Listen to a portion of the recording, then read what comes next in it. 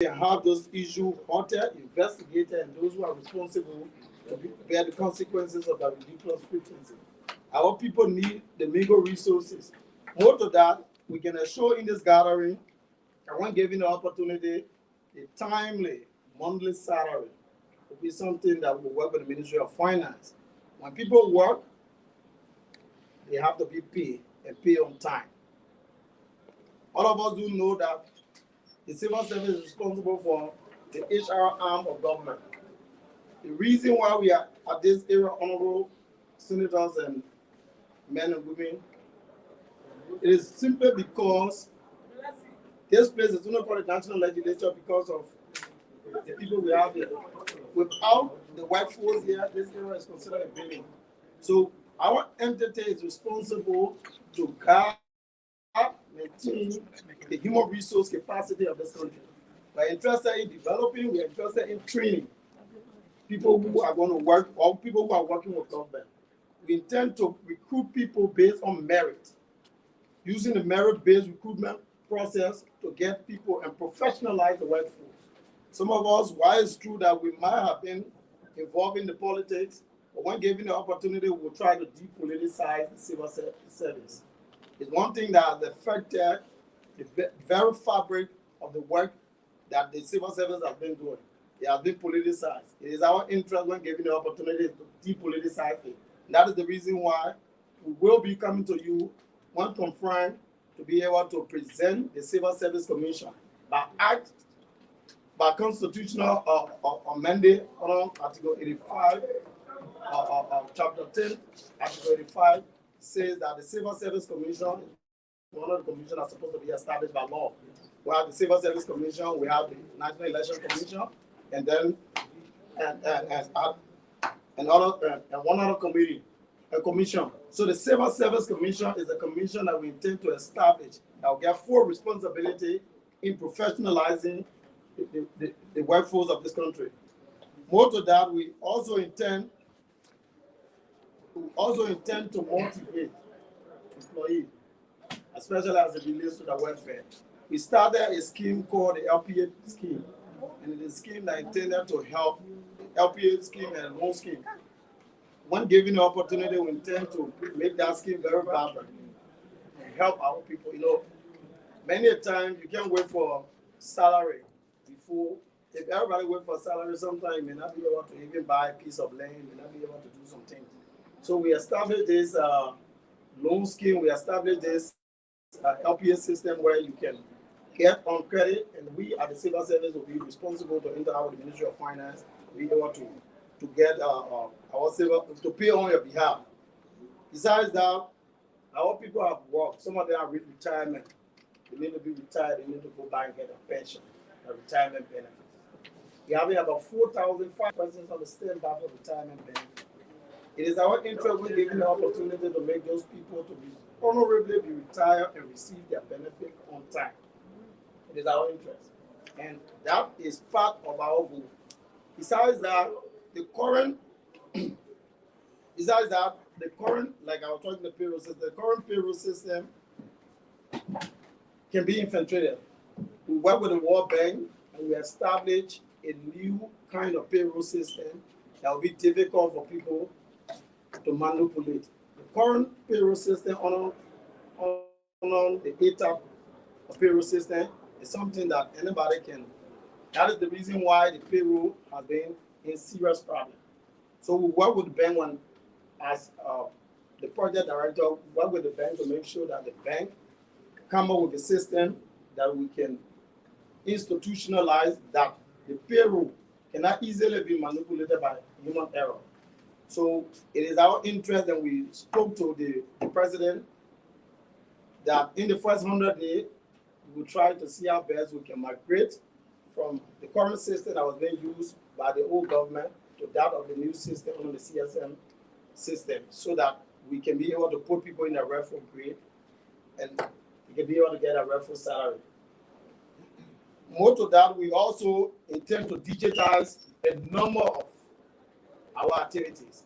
Many of the things we do at the Civil Service Agency are paper-based, and easily is it can be easily manipulated and open to fraud. So we intend to digitize the pay system, which I spoke about. We also intend to digitize, or we have already done it, but to roll out the testing. We also try to digitize the LPA system, the LPA management system, the performance management system. One thing that is key and I've never been taken seriously is the issue of performance. Many persons want job, but when it comes to performance, it has been difficult. And performance is tied to a number of things. It's tied to growth, it's tied to promotion, it's tied to a number of things. And so I want to give you the opportunity. We intend to promote the issue of performance. So those of us who are given the opportunity to serve, we are saying in this public gathering that when confirmed, we will try to professionalize the workforce of this country. I submit at this point. Before the question, I'd like the senators to introduce themselves just for record. So the introduction can start from the main council. I'm Senator Taylor, Simeon Taylor from Cape Mount. Member of the board. Senator Zababa Banifa, Cape Mount.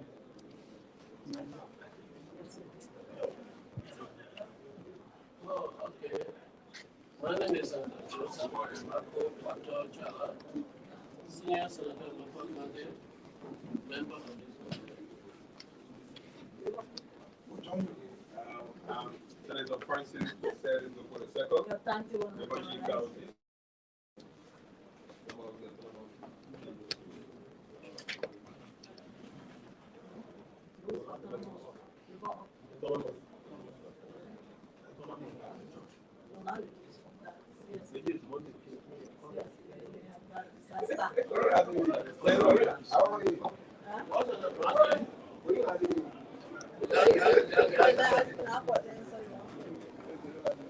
Senator Budokan Bakuru County, member of this committee.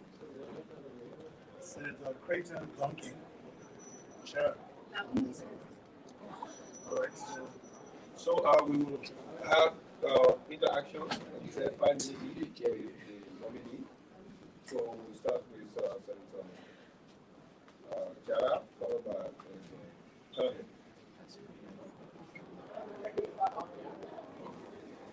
Well, you are lucky. The first of us voice. That's my confession, my point. That's the player I'm interested in. So ask some tough question. And when you don't want to say, make your this, they just say, I'll come back with you. You have no freedom. There's three simple questions. The first one is that we did attempt to pass a budget in 2023. I think there were 6 million, if I'm not mistaken, for the minimum wage problem. Also for making under the labor law less than the minimum wage. Besides that, our chiefs, our commissioners, they get like $90 US equivalent or $100. We thought that this could be a place to start. So when I asked the director of the budget, she gave me an answer.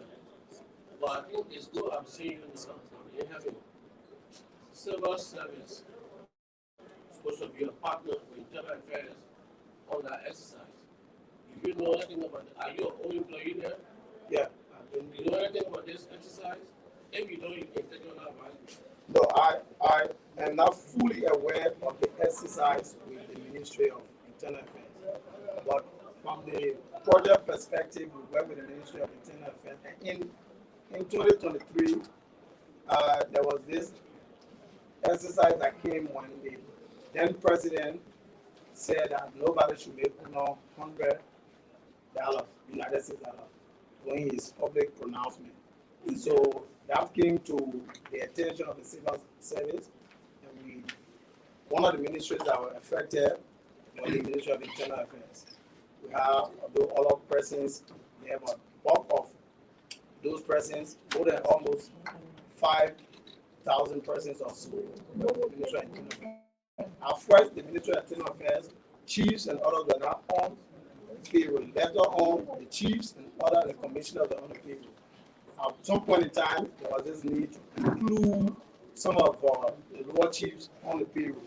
So, and normally, when you speak to the Ministry of Finance, it came at a time when the budget had been passed, and those persons were not part of the human resource budget.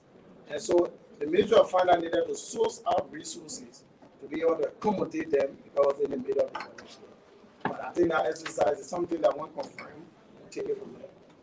Okay, please take your understanding and refer to the chairman in the future. Because it's a concern, it's a political pronouncement. I advocated for increase in the minimum wage for civil servants and other people. So if you can give me any information that we need to do, so the project is not coming by, it will be a good thing. You can refer to the chairman on that, you can let me know. Thank you, sir.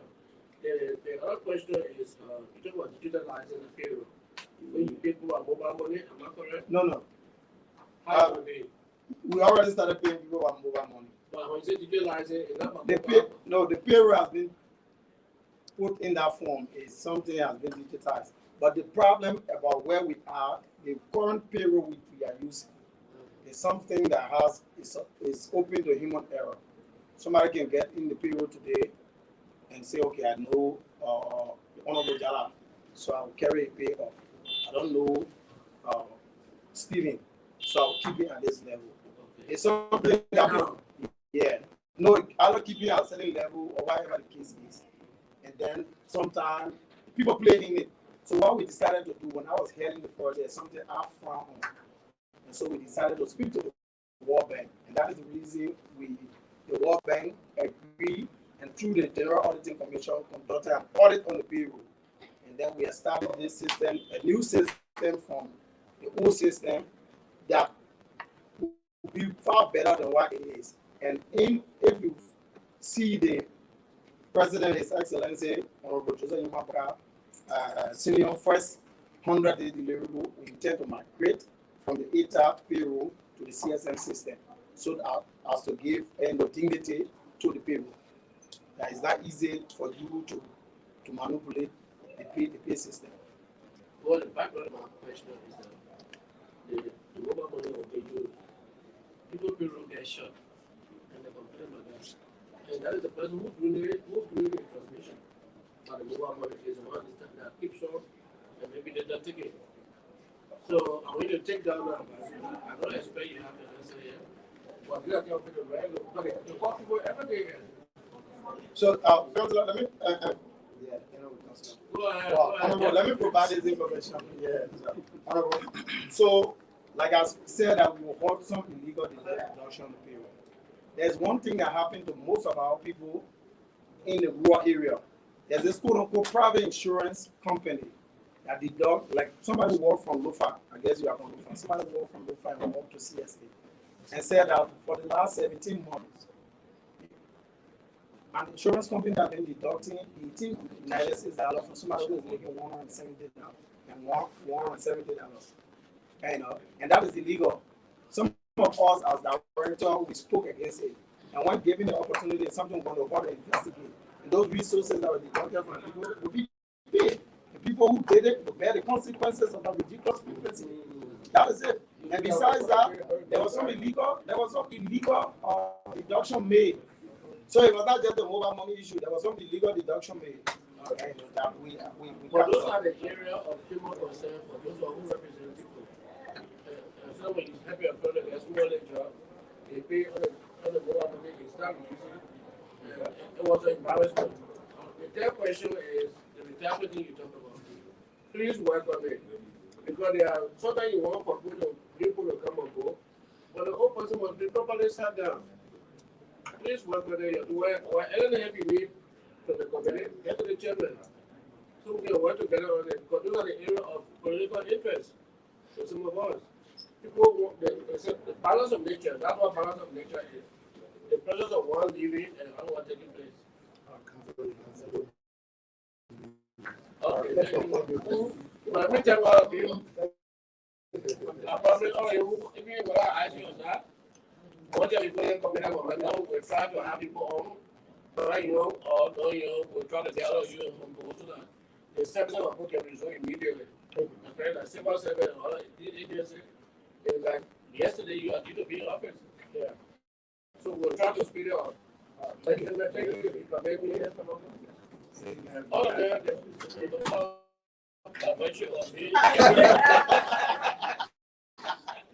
budget was doing it. What is it?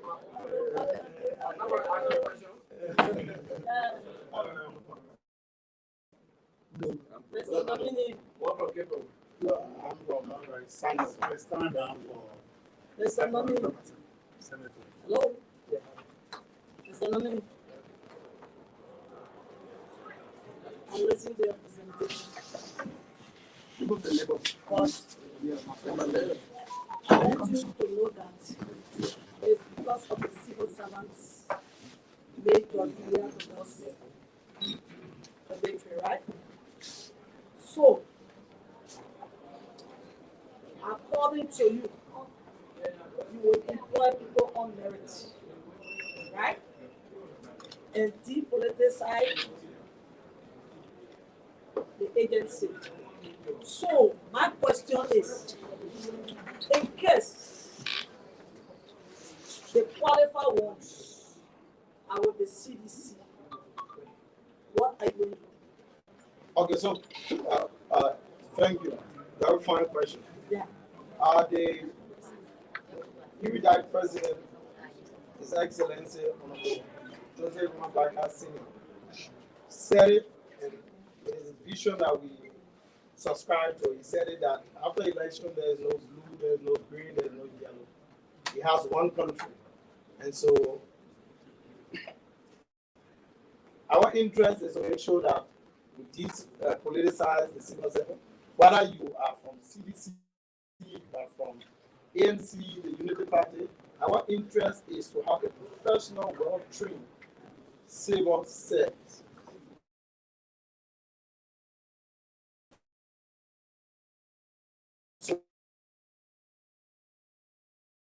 So that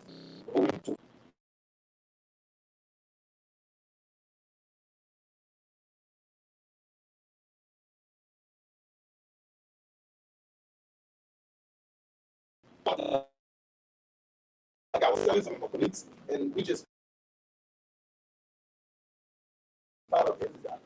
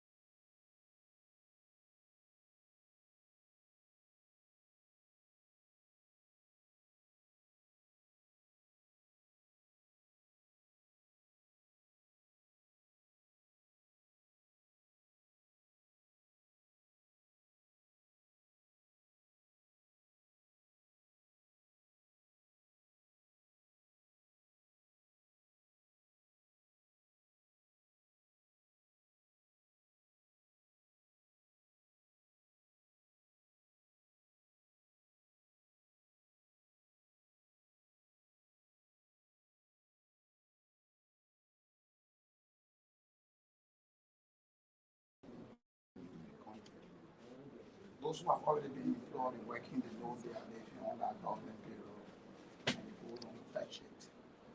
Don't you think it will cause more problem for the government?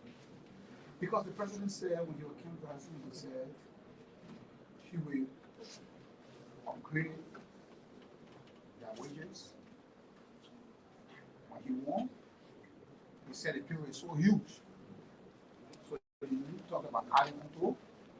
So if he's not taking the, he's not adding on to that salary, and you taking them from the payroll, that could cause another problem. How do you feel about leaving the payroll as it is and touching somebody else on cost? All right, so Honorable Senator, that is a good concern. And like the Chief Human Resource Manager, if given the opportunity to say, our interest is to make sure that those who work for government are paid. Our interest is not to fire people. Our interest is not to take people out of payroll. But the cleaning of the payroll we are talking about has to do with posts. The cleaning of the payroll we are talking about has to do with names that are on the payroll that are now working and money are in somebody else's pocket. That is our interest. But when it comes to somebody who is genuinely working, our interest is to make sure that you work for government and you are retired at the age of 60, or you can put in voluntary retirement, ill health, or you resign. So our interest is getting people to be paid. Maybe employing people. You have to decentralize the payroll in your county because, like right now in Liberia, if you have a problem going for government, everybody has to start running back to Monrovia. Sometimes they pay all that money to come here and it will take weeks and no running behind their payroll. Do you have any plan to decentralize or regionalize the payroll? For example, you have the Western region. You have a civil service agency right there, to look at the payroll issue and look at government employees from that region. Then the Southeast. But everybody who have issue with the payroll, they have to come to Monrovia. What their plans? The payroll is actually decentralized. But from the onset, I said, our visibility in the county is something that we spoke about and we work on. We have regional supervisors, but those regional supervisors are based in one county instead of based in other counties. Like, for example, you're from Kimau, if I'm correct. So that region, which is Region 3, the civil service supervisor is based in Bombay, Tolmanburg. So it is our interest to see He has an office there, or he yeah, just yes, we have a structure in Tolmanburg. We have staff in Tolmanburg. But our interest is to make sure that we have staff based in Kimau, based in Bapu, so that we can be able to provide the services. And when there are problems with your pay, you don't need to come to Monrovia. You can just interact with our people, inform us, and those problems are solved. It is our interest to reduce the hardship on people. We all do know that sometimes you might come to town, sort out payroll, or even talk about your retirement benefit, and then your take-home pay cannot even take you back. It's something that some of us have serious interest in. We hope to address it when confirmed. Okay, I hope Senator Tani talking about sometimes look at partisan. Will you be a partisan?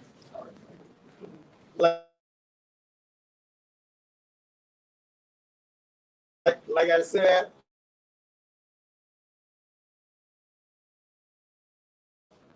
I work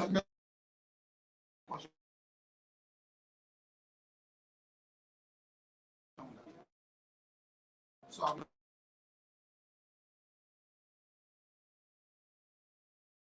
to you.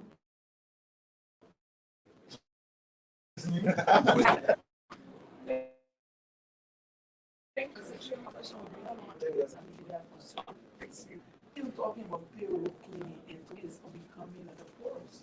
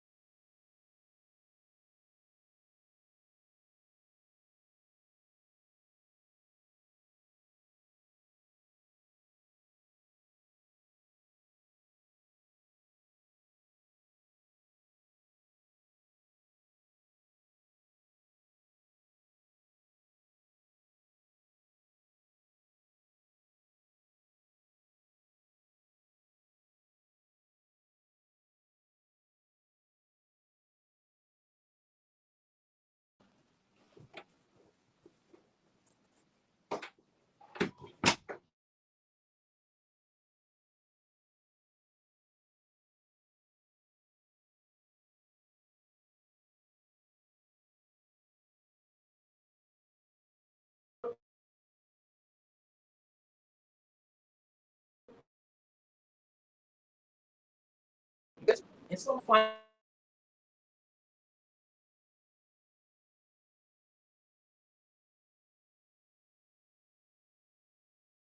any redress. So we established a web division to focus on the issue of honorable retiring workers. Since 2020,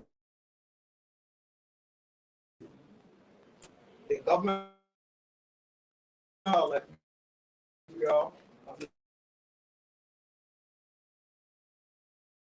not paying pension.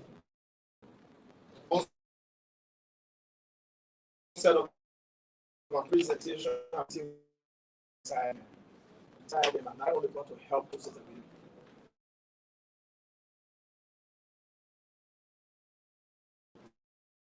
More to that, there are communication mechanisms with HR. Before a person is retired, you need to carry on for pre-retirement counseling to get them and put them in the mental framework. You are going to be retired. And when they are retired, we still get those number of persons above 60. And we have a kind of, we have to be strong with the Ministry of Finance that we can take them off. We don't have a package available. So if given the opportunity, we'll plead with the committee, Ministry of Finance, honorably retire.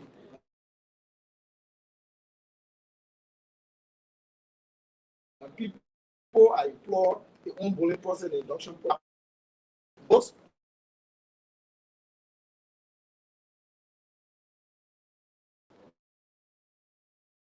of our brothers and sisters, the relative who work with them, will correct this problem and fix that problem. It's also a learning about setting professionals being retired without being required is a medical doctor who is a specialist or working for the civil service or for the public sector. He has got to be retired. In the education sector, there's also a huge challenge. People reach the age of retirement and get retired without the training manpower.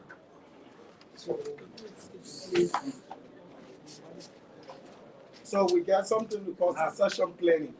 You know, like you said, we had a case like that at the Ministry of Land and Mines. You have the president who was specialized in assessing diamond. Yes.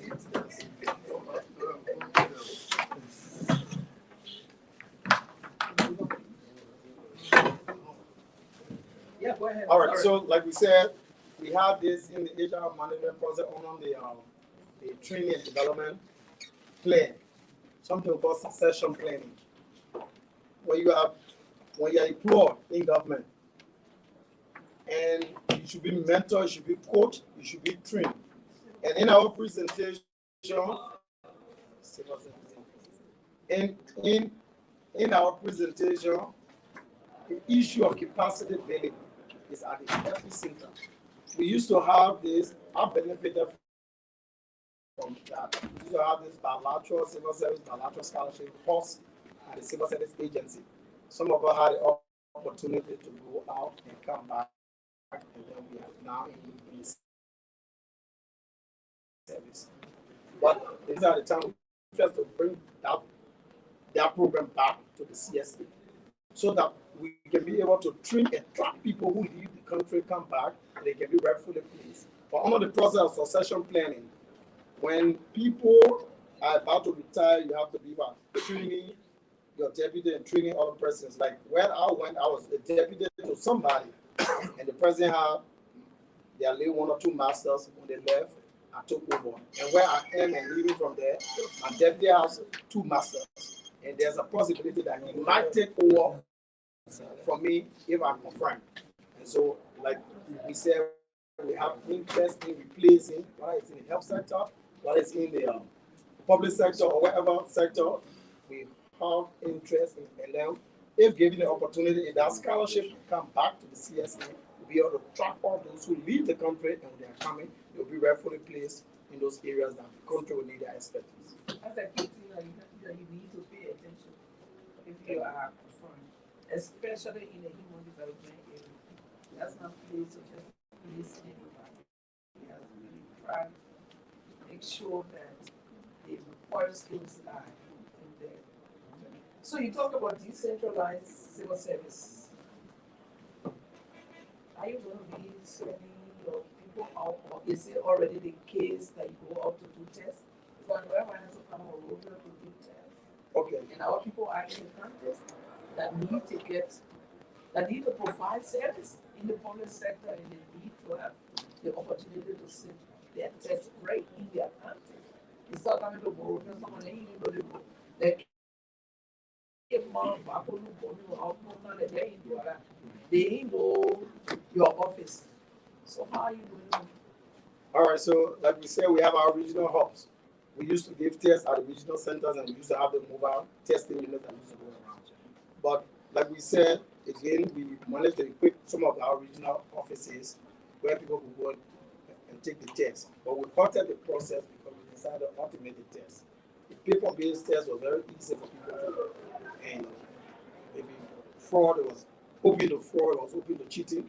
So we said, let us digitize the test.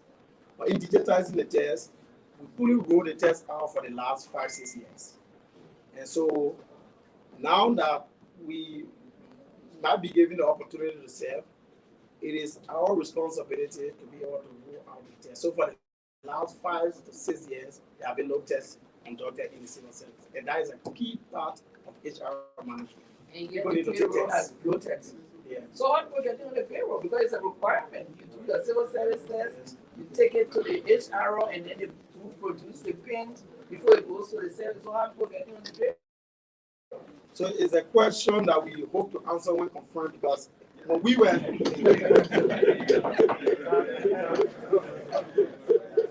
In last 5-6 years, there's a hell of a problem. But in closing, let me just say, I listen to you. The last 6 years, it's a problem. Wait, you'll be giving your turn. So thank you very much, Mr. Nominee. I heard you for your plan to politicize the state. Please, it should not be only at your central office. Because in the context, and I stress in the context because we have our constituencies in the country. During political time, even your family that works for government will shy away from you because you're a politician and you from another party or an opposition party. I know there's a code of conduct, but it has to be monitored and effectively followed. I'm sure you people are lawful authority if you are to follow them. Because it's embarrassing that if I go to a community, because my brother is a civil servant, and I go there to do my political rally, he got to be shy and wait in the corner because he want to identify with me with the fear that somebody was partying with me. But yet, when the ruling party comes, then he wears a beret or whatever. So you really have to pay attention to that. Whether it's green, it's red, it's blue, he will wear a beret depending on who is the ruling party at the time. Thank you very much, and I wish you well. Thank you, Mr. Chairman. Yeah, thank you. There's a lot of young people. I wasn't here for the introduction. We only on the civil service. He's a deputy. Oh, yeah, definitely. Who the boss? Yeah, So confirming the definitely before the boss. So you'll be active. Yeah, I'm going to hear that. Did you actively participate in that? yes. Did you make some participation? Yes. So I'm sure I'll be that you're working for your side.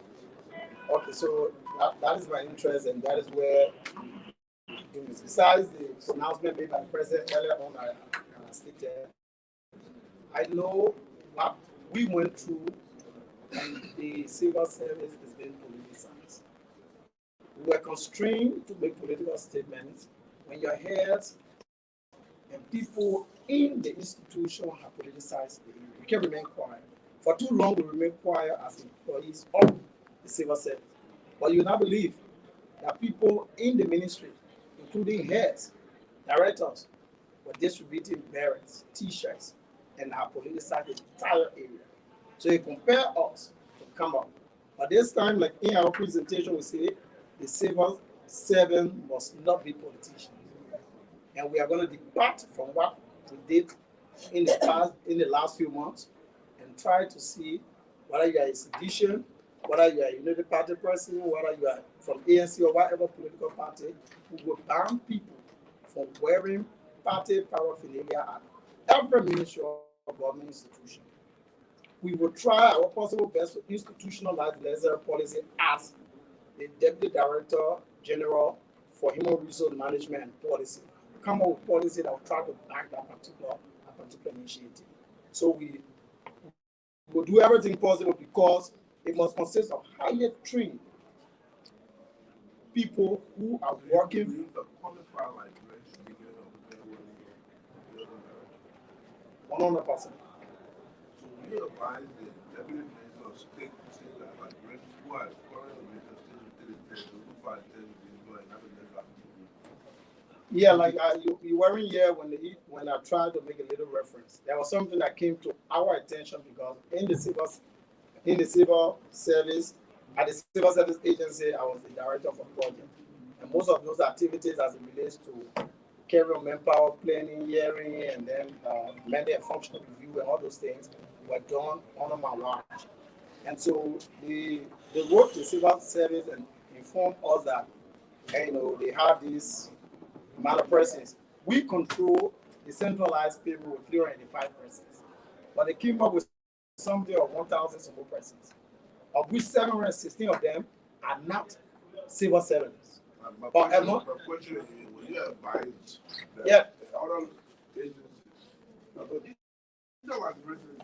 like those who are qualified, those who are not qualified, they don't embarrass us, and they say we need to like, okay, if yes or that, everyone they kind of bring up. I can guarantee you the 350 is there. When they take offer, you get a 3-1 for now, that payroll will go up. I can guarantee you 100%. So are you going to add them? Not only all, including all people who work in government sector, say, look, give these people tests. If they pass the test based on the requirements of civil service, let them be. But is that going to be your recommendation? Yeah, I said it from the onset when you were here. I said we're not interested in laying anybody from the floor. Our interest, we're not running personnel management, we are running human resource management. So we train people, even if you did not pass the test or you had a smaller school, you are still working with an institution. It is our responsibility to be able to train you. So the basic reason for the test, they cannot be ready to put it, right? Yeah, you take tests in your qualified area. Then based on the test score, you are placed. For those who may not pass the test, there could be an opportunity where they can still be trained, they can be coached, and they can be placed somewhere. Even there is a policy that will redirect people. There are some people who may be working in the Ministry of State who did biology, but because they're looking for work and somebody saying, I may come here. And we might even need you at some health institution. So we might redirect you from the Ministry of State to somewhere they are looking. So I did not state that, but we tend to create, like under the digitization policy, we tend to create something called e-portal, the employment portal. There are people who CV, who will be placed in the portal. When the ministry needs somebody, instead of looking for people around, we can say, okay, we have John Brown here, and we can take John Brown to this place. It has happened here at the CSA. There were people at the Ministry of Finance that were redirected to work at it, like our HR. No, I can't commit myself that nobody will be dropped because there are standards on the book that maybe you may not meet.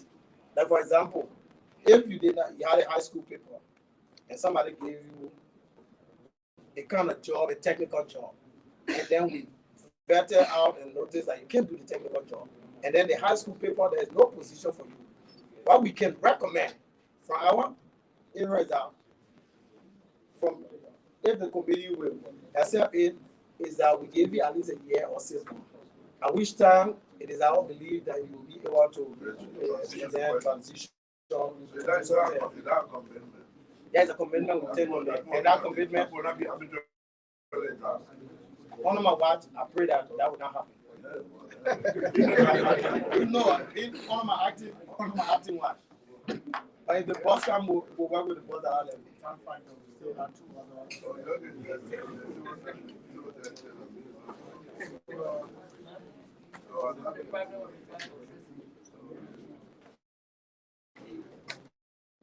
All right, Anyway, thank you. thank you.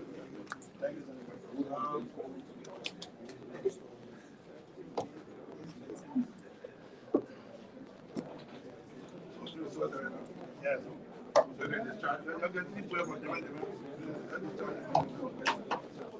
Sign your arm.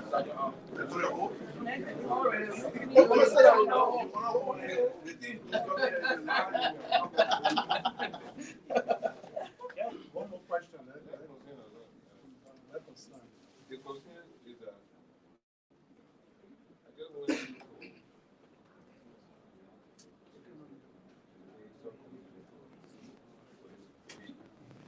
like what our colleagues talk about people coming to town, even check to see whether the whole people have to come. I come from the cost of coming to even check on the pay is both the pay itself. Can you commit that you will make sure that all of the activities here are decentralized in terms of the payroll? That we need to know on this committee to know who are those working in health management payroll that are inside the country. And if you can't know, people are more likely. Can you commit to that? Yeah, I can commit to the decentralization of the payroll, inclusive of even the issue of retirement. All right, thank you. Listening to you. And presently, I don't have a question. My colleagues have done the questioning. So at this time, we call the Sergeant of Arms. Sergeant, take charge. Thank you.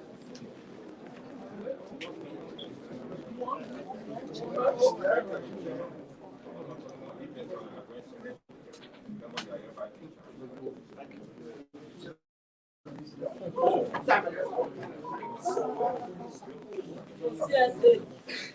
Come on, please. Darling? You have 5 minutes to make the declaration.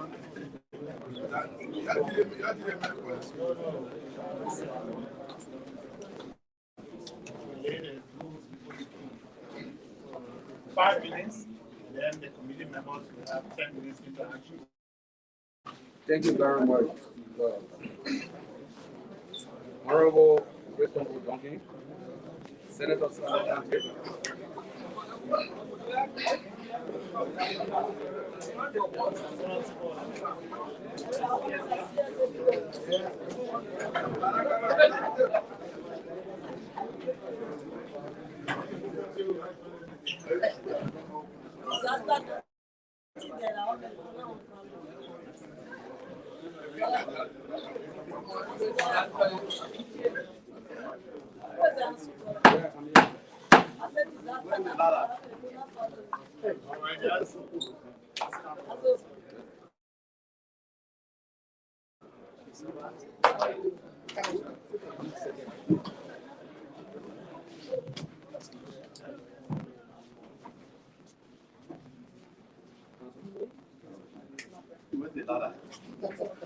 Honorable Christian Odonki, Senator Sando Kante, Senate Standing Committee Chair on Autonomous Agency, distinguished Senator. My name is Ansu V.S. Dog, Executive Director designated by the President of Liberia, His Excellency Joseph Newman Boakai, to serve the National Disaster Management Agency. As mandated by the Act creating the National Disaster Management Agency, the agency shall implement the National Disaster Management Action Plan for disaster preparedness and national environmental policy, the National Food Security Nutrition Strategy, the National Health Policy, other policies related to disaster management adopted by the Liberian government. Additionally, the agency during non-emergency pre-disaster period shall include carrying out consultations with government ministry and agency and expert bodies of organizations in disaster management to ensure appropriate measures are taken for the prevention of disaster. For example, flood, food epidemics, coastal sea erosion, windstorm conflict, or the mitigations of their effects for preparedness and capacity building to effectively respond to any disaster, and their roles and responsibilities of participating ministry, agency, commissions, and disaster management. Honorable Senator, if I'm confirmed, I will work with you and the disaster management platform of Liberia to ensure full implementation of the disaster management action plan for disaster preparedness, response, mitigation or prevention, and recovery. Our country has seen too much in recent times. To tell you the truth, our population is too small to be continuously siding with disaster situation. Though some incidents are unavoidable, we will strive to ensure the prevention of disaster situation is accelerated. Robust public awareness and sensitization is good and ongoing to be part of our key strategy if we are confirmed. Honorable Senator, currently, the National Disaster Management Platform is not fully functional, which is causing lack of coordination among stakeholders, and conflict is one of the serious challenges to disaster response coordination. For example, in the recent Toyota fire disaster, which took place on December 26, 2023, there was zero breach of disaster response coordination, where in Bond County citizens set their own effort, disaster management committee, to solicit resources outside the national disaster management structure. Also, if confirmed, we will strengthen the national disaster management platform and redefine the role set forth in the disaster management policy for accountability, transparency to attract international donors.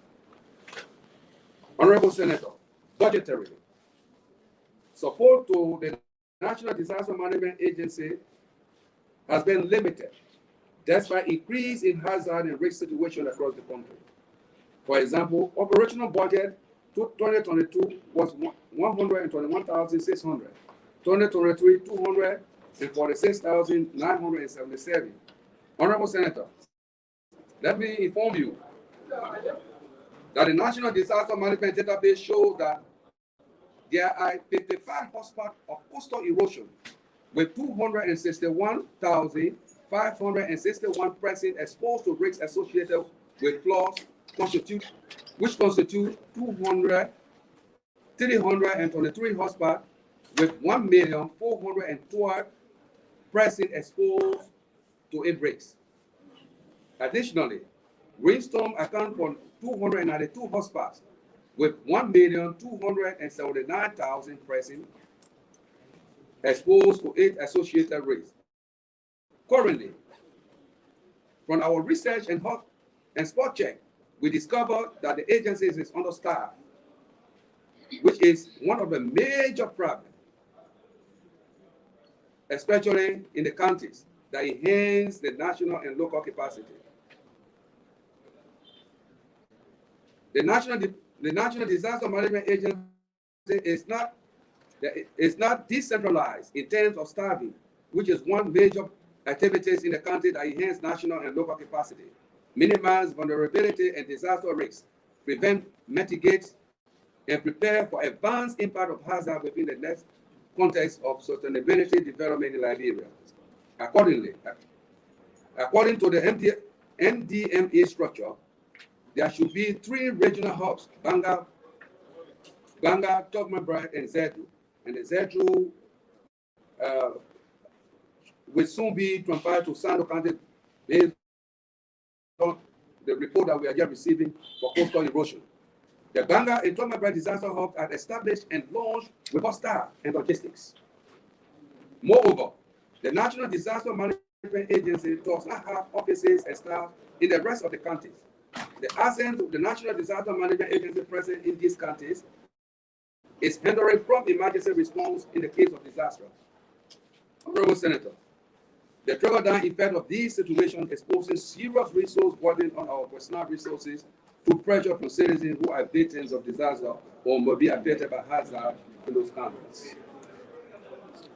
According to Chapter 4, Section 4.1 and 4.2, the Act funding mechanism for disaster management risk project and program is through the National Disaster Management Trust Fund.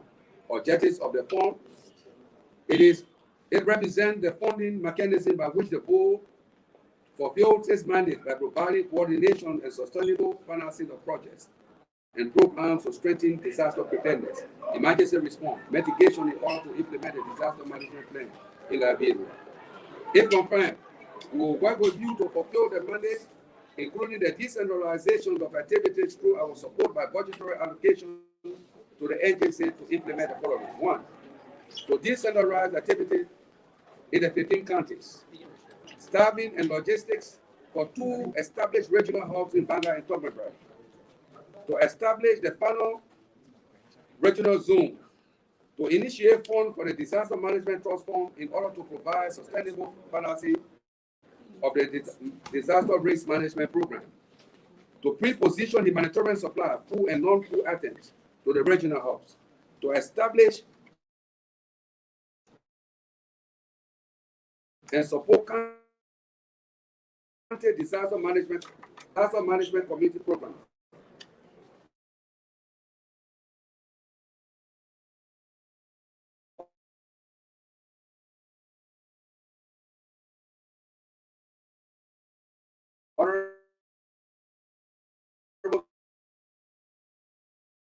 Senator,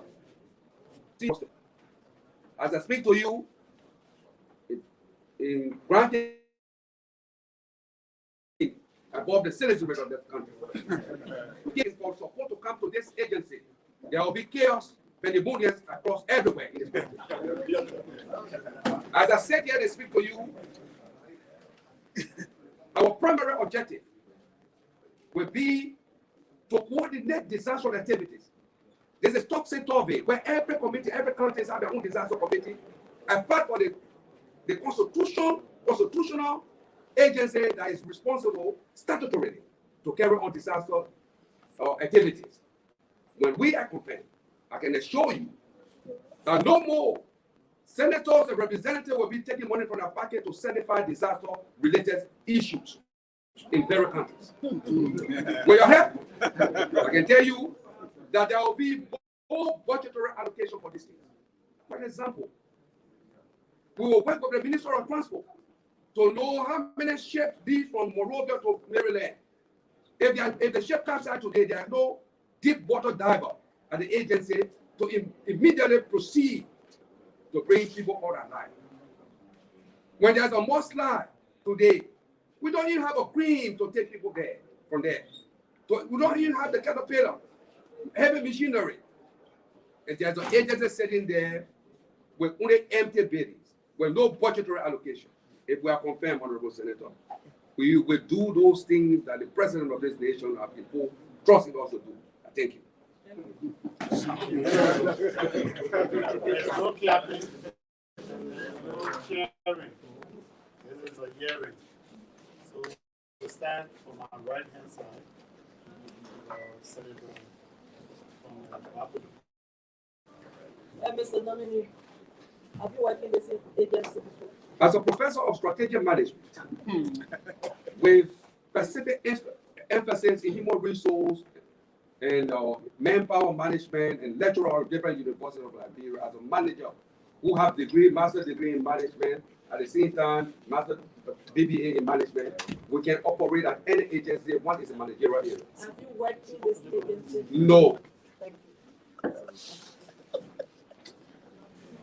I asked the question because we are talking about disaster, but you have now worked there, but I just want to tell you small about the ministry there and the agency there.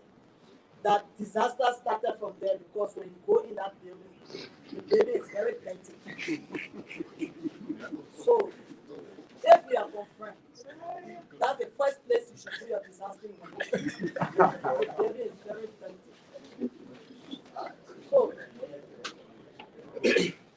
Mr. Nominee, I listen carefully to your presentation and I take it in because the country now we find ourselves in is every day, not even once a month, it's everyday problem.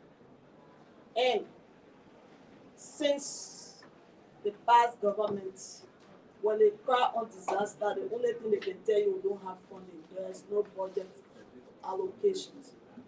So we as lawmakers are there to look at the budget. After the budgets are from the finance area to come to us.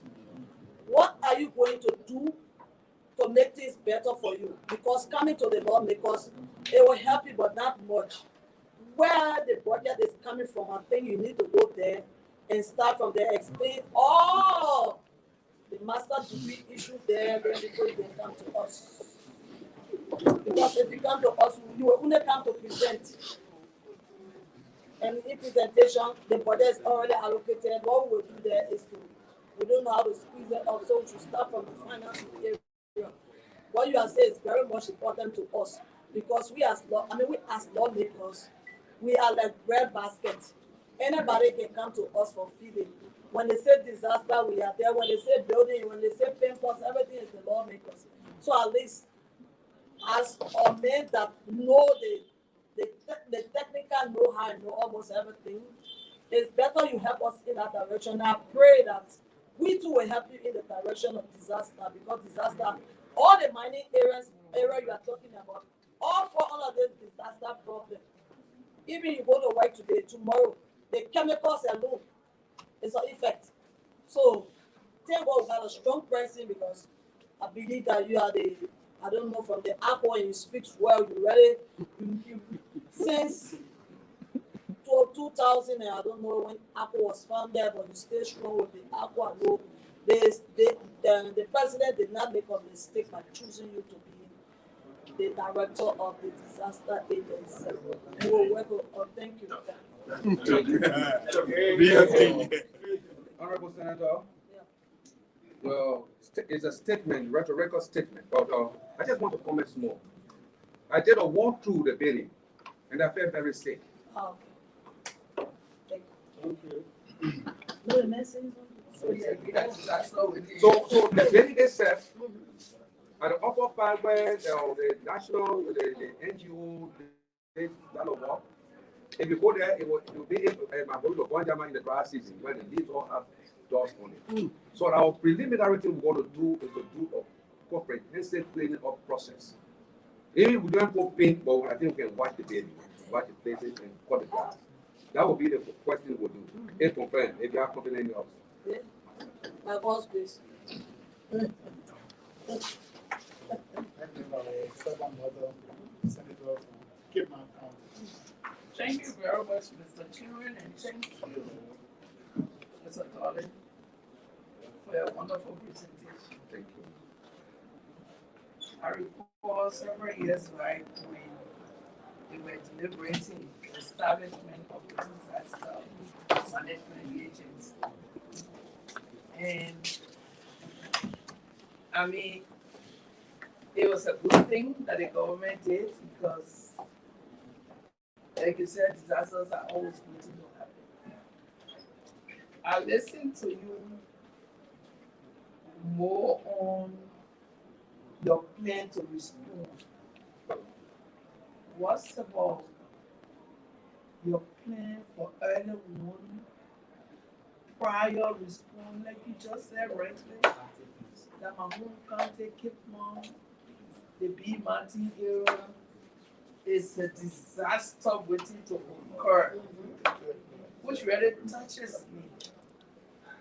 Are there any mitigation ahead of that disaster that you can propose to the government? Of course, and I speak to you, technicians are already at work, if I'm confirmed. We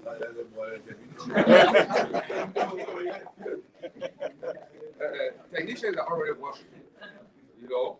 There's the risk management department there, and the early warning department, they are already working.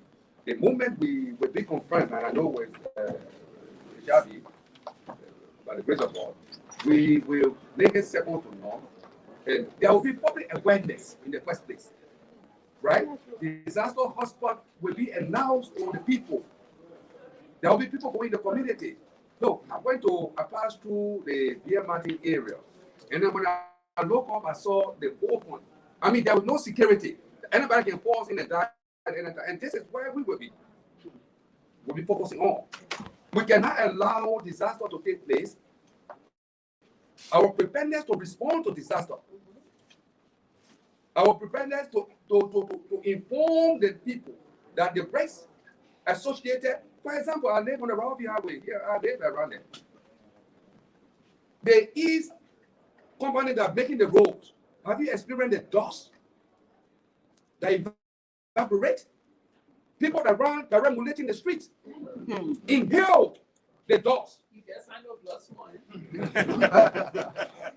Inhale the dust. That is associated to long-term lung cancer. So what are we doing? So now we will work with the Environmental Protection Agency that will bring those things to work. There are 9 ministries of the agency that we need to work with. The Defense Ministry, for example, the Ministry of Health. We're going to work, if we are confirmed, that will be our first thing that we'll put in place. Thank you very much. If you are confirmed, in terms of responding to disaster, what's your relationship with the Liberian Red Cross? As I speak to you, there's a project ongoing with the Liberian Red Cross right now, as per our preliminary investigation about a report that we have received. So the first thing we'll do, we'll call a meeting with not only the Red Cross, we have been contacted by a lot of NGOs. As I speak to you, the moment we are confirmed, besides money coming from government, we will do everything humanly possible to attract donor confidence in us, so that money can be there, and that we can prepare ourselves. No, the disaster trust fund has never been funded. Send the establishment of an agency, because government should have put in money that will be matched by international community putting their own money. And so what you have here, I think that trust fund needs to be activated sufficiently so that we can begin to move forward. Does the agency have officers or like coordinators in the country? Well, this is our main problem. That's what I just said. This agency needs to have people across the country, down to the villages. We need to have a disaster committee. Even towns and villages need to have disaster committee superintended by the superintendent of that county, coordinated by the disaster management agency. And so we want to invoke that. You got to help us, because it's starving. I can tell you, by my presence there recently, I can tell you nobody goes to work there. Because if somebody goes to work, the office will not be like a daddy. I tell you. Everybody stays home and wait for salary. Nothing significantly is going on there because of lack of the appetite, anxiety is not there, fatigue, or coming to see one.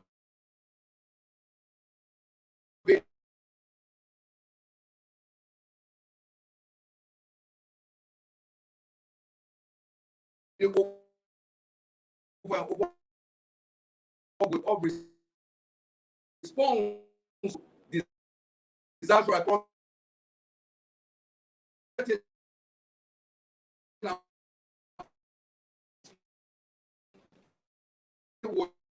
do a depoliticized agency. As I see myself as a politician one day, I see myself as a technical guy, as a manager. If confirmed. Thank you very much. I wish you well. Thank you.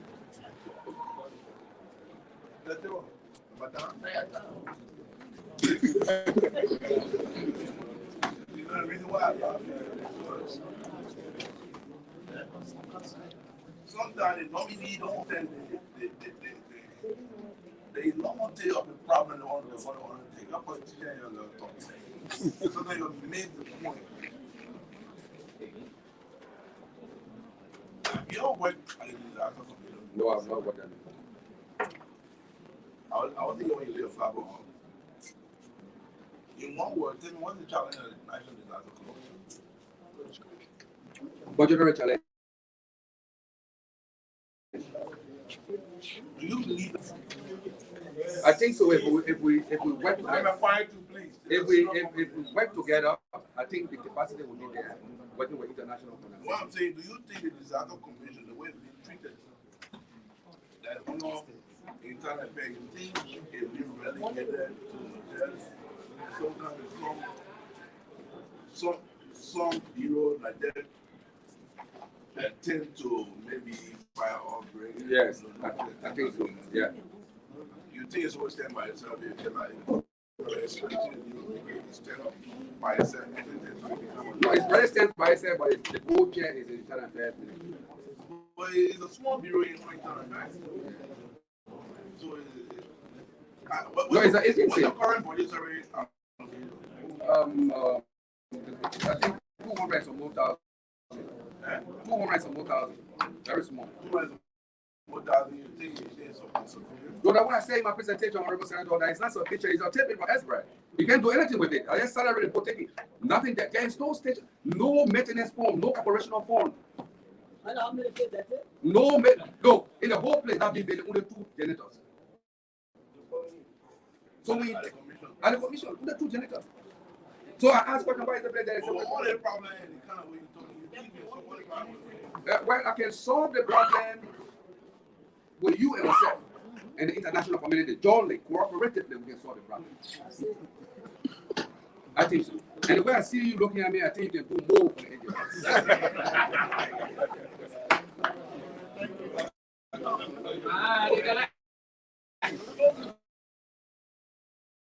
for the For the ears of the public, voice of the public, allow the aviation gentlemen to come back on Monday at 1 o'clock. So we'll be closing the hearing for today. Where is the Sergeant of Army? Okay, this hearing is coming to an end, and Yeah, we the Deputy for Aviation having meetings on Monday. will be coming back on Monday. He has been really signed. Yeah, we'll be meeting. No, you can't say the children. Oh, that's true. Because that is The schedule already there. the schedule already there, but it's because without 1 o'clock too. The media told us what to do. Sergeant?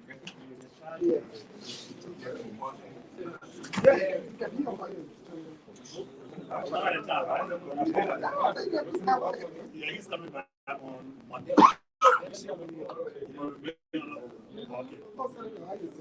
So you will be the honor of as you go in.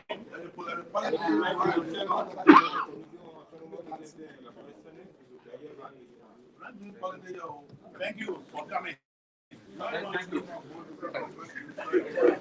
Chairman.